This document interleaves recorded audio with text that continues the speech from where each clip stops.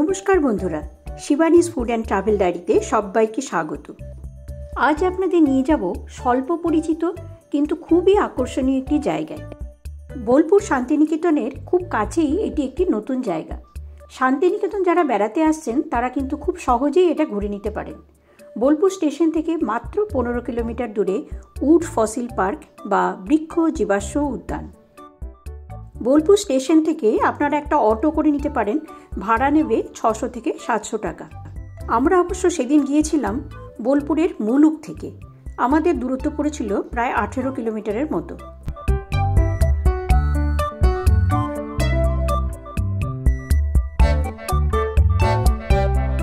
বোলপুর থেকে ইলামবাজার যাওয়ার রাস্তায় প্রায় 12-13 কিলোমিটার আসার পরেই একটি বোর্ড পাবেন, লেখা আছে আমখই ফসিল পার্ক আর লেখা আছে ধাল্লা।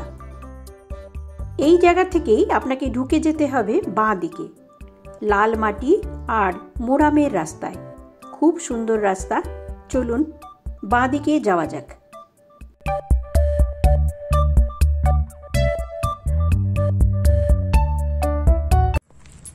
গুড মর্নিং ফ্রেন্ডস, আজ আমরা যাচ্ছি আমখই গ্রাম, ইলামবাজারের আমখই গ্রাম। সেখানে আছে উড ফসিল পার্ক। পশ্চিমবঙ্গে নাকি এই একটাই এরকম ফসিল পার্ক, যেটা আপনাদের আজকে দেখাবো। তো এখানে দাঁড়ালাম এই কারণে, আমরা এলাম বোলপুর থেকে ডান দিক দিয়ে ওই রাস্তাটা ধরে ঠিক বোলপুর থেকে বাঁ দিকে একটা বোর্ড পাবেন, সেই বোর্ডে আমখই গ্রাম লেখা আছে। সেখান দিয়ে বাঁ দিকে আপনাকে ঢুকতে হবে, ঢুকে এই রাস্তা দিয়ে আসতে হবে, হয়ে এই মোরামের রাস্তা দিয়ে যেতে হবে এই দিকে। আসার রাস্তাটা তো আপনাদেরকে আমি দেখালাম, কত সুন্দর রাস্তা। আর এই মোরামের রাস্তাটাও কিন্তু খুব সুন্দর। তো এই মোরামের রাস্তা দিয়ে গিয়ে ডান দিকে আরেকটি রাস্তা পাবো, সেই রাস্তা দিয়ে গিয়ে যেতে হবে উড ফসিল পার্ক। তো চলুন, আজকের এই উড ফসিল পার্ক আপনাদের কেমন লাগে বলবেন আমাকে অবশ্যই কমেন্ট করে। তাহলে এখন চলুন উড ফসিল পার্ক আপনাদেরকে একটু দেখাই।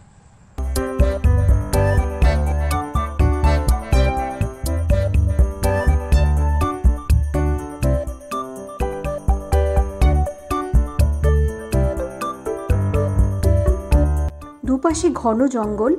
এই লাল মাটির মোরামের রাস্তা দিয়ে প্রায় 1 কিলোমিটার যাওয়ার পরে বাঁ দিকে আরেকটি বোর্ড দেখতে পাবেন, যেটি আমখই উড ফসিল পার্কের দিক নির্দেশ করছে। ঠিক এইখান থেকে ঘুরে যেতে হবে আবার ডান দিকে। এই ডান দিকের রাস্তা দিয়ে প্রায় 1 কিলোমিটার গেলেই চলে আসবে উড ফসিল পার্ক। আর গ্রামটির নাম হলো আমখই গ্রাম। রবীন্দ্রনাথ বা তার সময়কার আগের থেকেই এই অঞ্চলে জলের সমস্যা ছিল ভয়াবহ। এই সমস্যা মেটাতে সরকারি উদ্যোগে শুরু হয় পুকুর খনন করার কাজ। এই খনন কার্য চালানোর সময়ে এখানে আবিষ্কার হয় অগুন্তি প্রস্তরীভূত সপুষ্পক উদ্ভিদের জীবাশ্ম, তাও প্রাগৈতিহাসিক যুগের। সবগুলিরই বয়স প্রায় 1.5 থেকে 2 কোটি বছর। অসংরক্ষিত সেই সব জীবাশ্মগুলি চুরি হয়ে যেতে শুরু করে। শেষে রাজ্য সরকারের তরফ থেকে সংরক্ষণের ব্যবস্থা হয় এবং 10 হেক্টর জমির উপরে এই পার্কটি তৈরি হয়। পশ্চিমবঙ্গের একমাত্র ফসিল পার্ক। আমরা এসে পৌঁছে গেছি উড ফসিল পার্ক আমখই গ্রামে। এইখানে বিশ্ব বাংলার লোগো আপনারা দেখতে পাচ্ছেন। দেখুন, বিশ্ব বাংলার লোগোটা যেটার মধ্যে রাখা আছে সেটাও কিন্তু একটা ফসিল। এমনি কিন্তু গ্রামের মধ্যে খুব সুন্দর জায়গাটা। আর আপনাদেরকে দেখাই, কার পার্কিংয়ের সুন্দর জায়গা রয়েছে, অনেকটা জায়গা। যারা গাড়ি নিয়ে আসবেন তাদের কোনো অসুবিধা নেই। আর সামনে একটা ছোটো ক্যান্টিনের মতনও আছে, আপনারা এখানে চা বা স্ন্যাক্স কিছু খেতে পারেন, সেটাও দেখাবো একটু। চলুন আপনাদেরকে ওখানটাও দেখাই।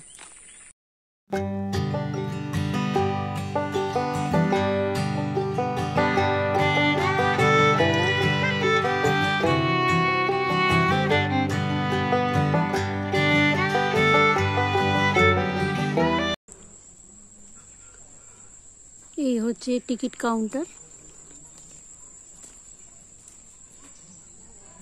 10 টাকা করে টিকিট। এইখানে টিকিট কেটে যেতে হবে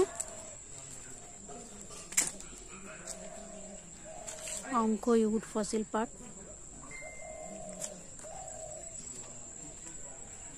এখানে ওয়েস্ট বেঙ্গল গভর্নমেন্টের একটা বোর্ড লাগানো রয়েছে।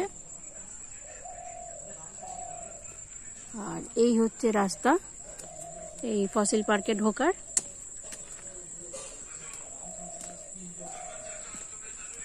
লোকজন খুব একটা নেই, খুব শান্তিতেই ঘুরতে পারবেন আপনারা। ডান দিকে একটা ছোট পুষ্করিণী রয়েছে।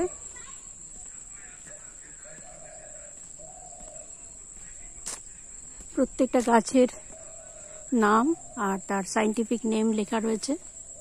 প্রচুর মেডিসিনাল প্ল্যান্ট রয়েছে এই বাগানে। এই দেখুন এই গাছটা কত সুন্দর।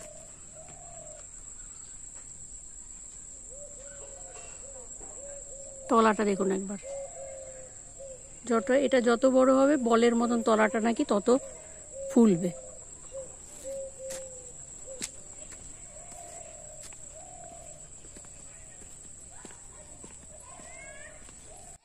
বিশেষজ্ঞদের মতে রাজমহল পাহাড় ও ছোটনাগপুর মালভূমি অঞ্চল থেকে কোটি বছর আগে এইসব গাছগুলি বন্যার জলে ভাসতে ভাসতে এইখানে এসে এখানকার মিহি বালি ও কাদার মধ্যে আটকে যায়।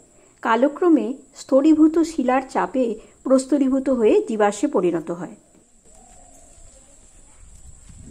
প্রথমেই দেখাই যে পুকুর থেকে এই জীবাশ্মগুলো উদ্ধার হয়েছে সেই পুকুরটা আগে দেখাই।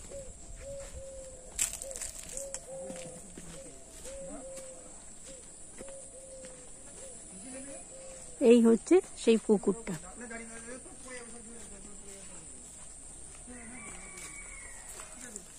এই হচ্ছে সেই পুকুর যেখান থেকে 2006 সালে যখন এখানে খনন কার্য শুরু হয় এই পুকুর থেকে এই সমস্ত জীবাশ্মগুলো পাওয়া গেছে। একটা চৌকোনা একটা পুকুর, দেখুন মাঝখানেও একটা ফসিল রাখা রয়েছে, সেটাও একটু দেখাই আপনাদেরকে। আর এই দেখুন পুকুরের মাঝখানে যে ফসিলটা রাখা রয়েছে অদ্ভুত সুন্দর, বেশ বড় সড়ো।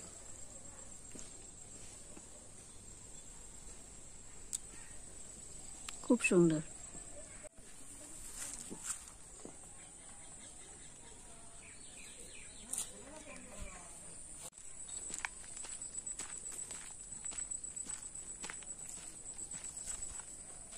এই একটা ফসিল,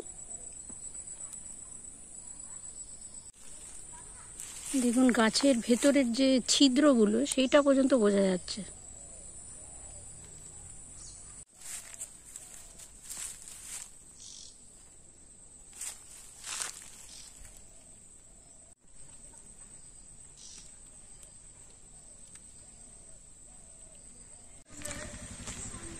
খুব সুন্দর পার্ক এটা।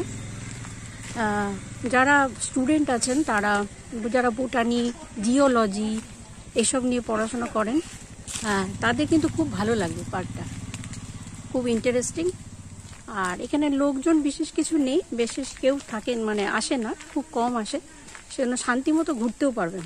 আপনারা যদি একবেলা আসেন এখানে ঘুরতে খুব ভালো লাগবে, আসতে পারেন। বোলপুর স্টেশন থেকে মাত্র 15 কিলোমিটার দূরে। আর আমরা যেখান থেকে এলাম বোলপুর মুলুক থেকে, ভারত সেবাশ্রম সংঘ থেকে আমরা এলাম, সেখান থেকে পড়লো 18 কিলোমিটার, টাইম লাগলো আধ ঘন্টা মতো। এইবার এই ব্রিজটা দিয়ে উঠছি আমরা, দেখুন ওই পাশে আরও একটা ব্রিজ আছে, ওইটা পার হয়ে যে মেন জায়গাটায় যেখানে ফসিলগুলো শেড করা আছে সেখানটায় যাব। আর সেই পুকুরের এই পাশটায় আমরা চলে এসেছি, মেন পুকুরটা।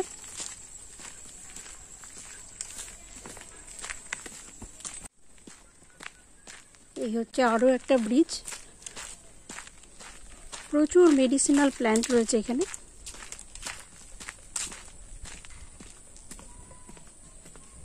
এইবারে চলুন এই যে মেন জায়গাটা, যেটা পুরোটা ফসিলগুলোকে শেড করে করে দেওয়া আছে, এই জায়গাটা একটু দেখাই আপনাদেরকে। খুব সুন্দর করে শেড করে দেওয়া রয়েছে।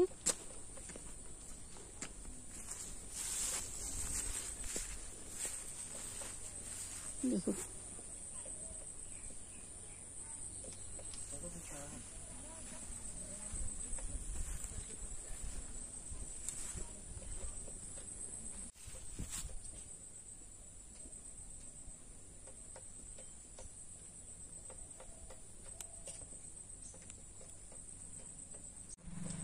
দেখুন গাছের ভেতরের অদ্ভুত কালার, অদ্ভুত কালার।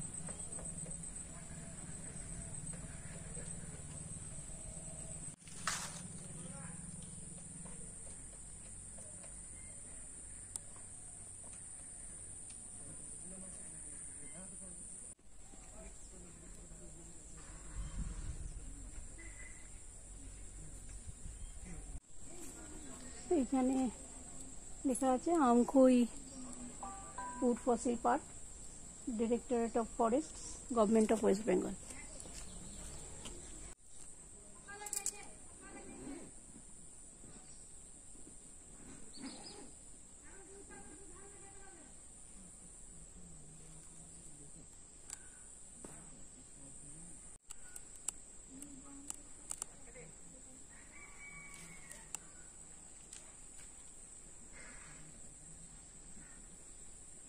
পার্কটি ঘুরতে ঘুরতে আমাদের সাথে দেখা হলো শ্রী রামপ্রসাদ বাউরি, যিনি এই বাগানের তদারকিতে রয়েছেন।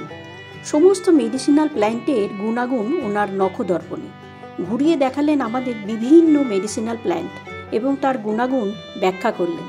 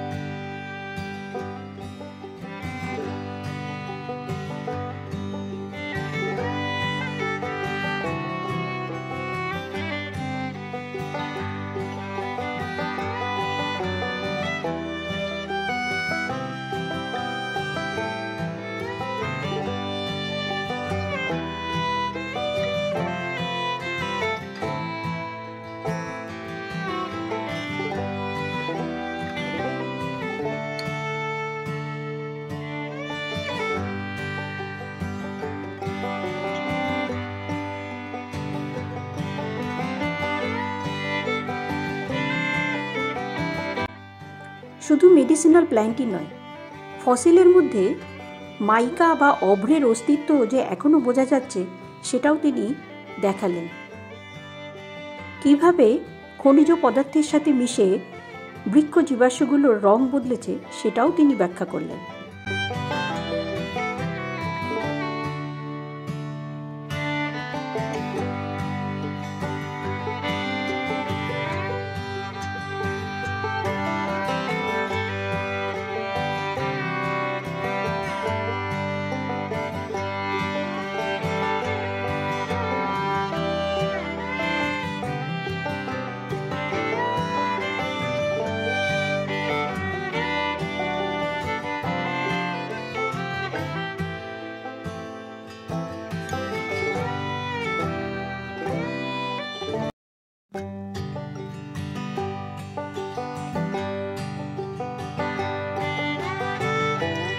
চলুন এবার পার্কটির বাকি অংশগুলো ঘুরে দেখি।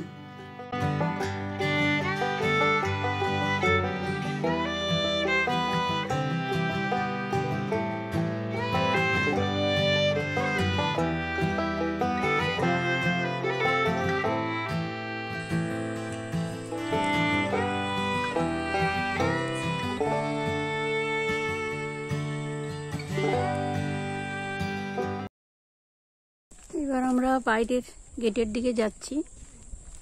মোটামুটি সবগুলোই আপনাদেরকে দেখালাম।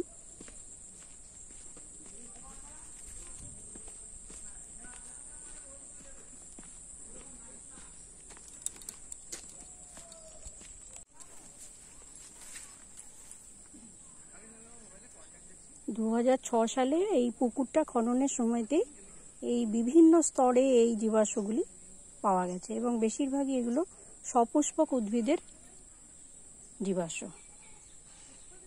এবং ভাবলে অবাক হতে হয়, এগুলো প্রত্যেকটাই কিন্তু 1.5 থেকে 2 কোটি বছরের পুরনো।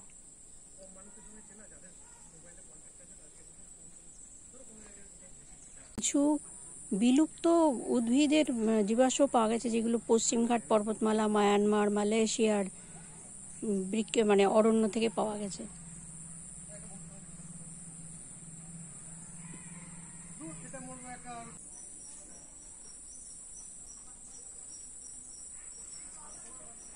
আমরা এবারে এক্সিট গেটের দিকে পেরিয়ে যাচ্ছি।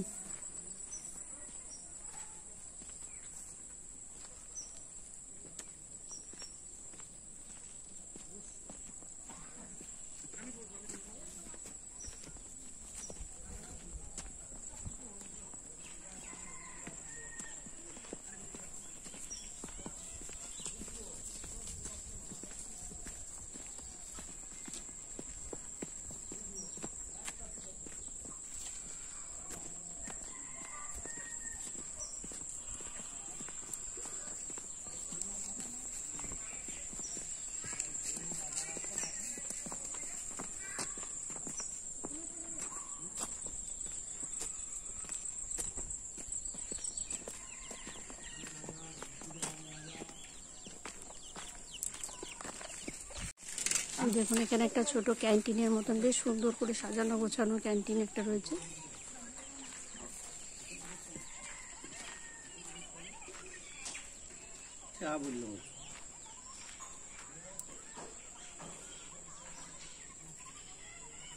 এক অসাধারণ অভিজ্ঞতা আর ভালো লাগা নিয়ে আমরা ফিরে চললাম বাড়ির পথে।